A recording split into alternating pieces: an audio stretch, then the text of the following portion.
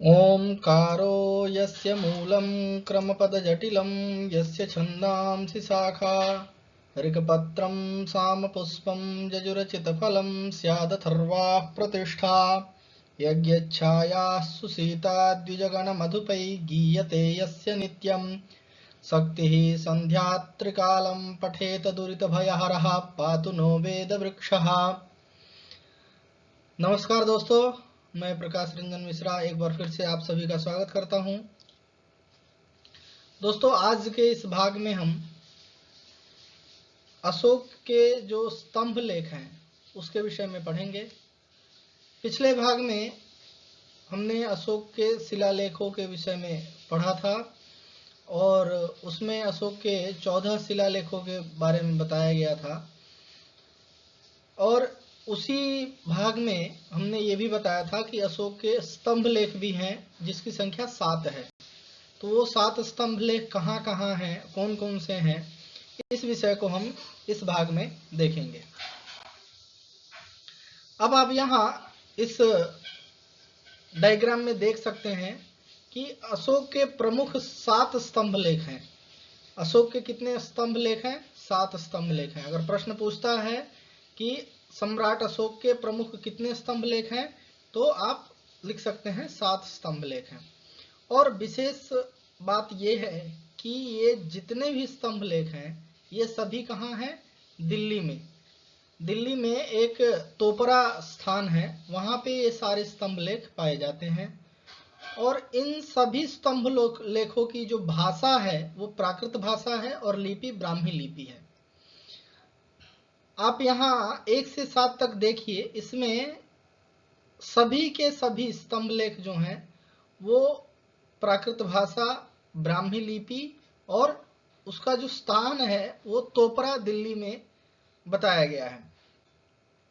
और ये जो है अशोक के राज्याभिषेक के 26वें वर्ष के बाद के ये जितने स्तंभ लेख हैं ये सब हैं। सबसे पहला स्तंभ लेख है, सिर्फ हम विषय और उस स्तंभ लेख में लिखी हुई पंक्ति कितनी है इसके विषय में बात करेंगे, क्योंकि बाकी 3 चीजें समान हैं, जैसे भाषा, लिपि और स्थान। तो ये तीनों चीजें समान हैं, तो इस पे हम ज्यादा चर्चा न करते हुए सीधे हम जो उस स्तंभ लेखों में लिखा हुआ विषय है और वो कितनी पंक्तियों में लिखा हुआ है इस पे बात करेंगे। सबसे पहला जो है उसमें धर्माचरण का महत्व बताया गया है, जो सबसे पहला स्तंभ लेख है, और वह 10 पंक्तियों में लिखा हुआ है। 10 पंक्तियों में उस स्तंभ लेख का लेखन हुआ है। दूसरा स्तंभ लेख जो है वो क्या है, तो धर्मनिष्ठा के प्रति समर्पण का भाव या स्वरूप के विषय में उसमें लिखा हुआ है, जो 7 पंक्तियों में लिखा हुआ है।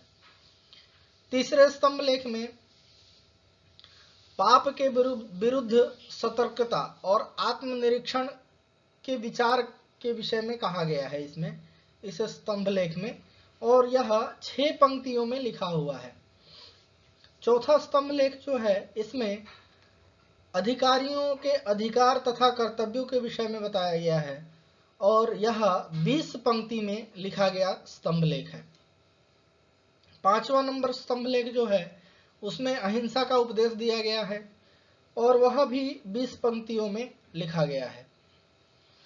6ठा नंबर जो है वो लोक हितकारी कार्य तथा धर्म के विषय में उसमें अंकन किया गया है, यानी लिखा गया है, और वह 10 पंक्तियों में लिखा गया है। लास्ट जो 7वां नंबर स्तंभ लेख है वह धर्म की वृद्धि के विषय में लिखा गया है, जो 22 पंक्तियों में लिखा गया है। यहाँ ये आप एक स्पष्ट करता हूं मैं कि ये जो स्तंभ लेख हैं, स्तंभ लेख यानी खंभे पे लिखा हुआ लेख जो है वही क्या है, स्तंभ लेख है। और स्तंभ लेख को कितने पंक्तियों में लिखा गया है, प्रश्न में ये भी पूछता है कि अशोक का जो 5वां स्तंभ लेख है वह कितनी पंक्तियों में है, तो वह 20 पंक्तियों में लिखा गया है। तो इस तरह से आपके जो प्रश्न हैं वो प्रश्न भी यहाँ सही हो जाएंगे और आपको बाकी कुछ याद करना नहीं है, क्योंकि 3 चीजें जो हैं वो सामान्य हैं। चौथा जो है वो भी सामान्य है, लगभग राज्याभिषेक के 26 वर्ष के बाद ये सारे स्तंभ लेख प्राप्त होते हैं। दो चीजों को आपको याद करना है, एक उसका विषय क्या है और कितनी पंक्तियों में लिखा हुआ है। तो धन्यवाद दोस्तों, अगले भाग में हम फिर जो बाकी शिलालेख स्तंभ लेख जो हैं उनके विषय में बात करेंगे। तब तक के लिए धन्यवाद।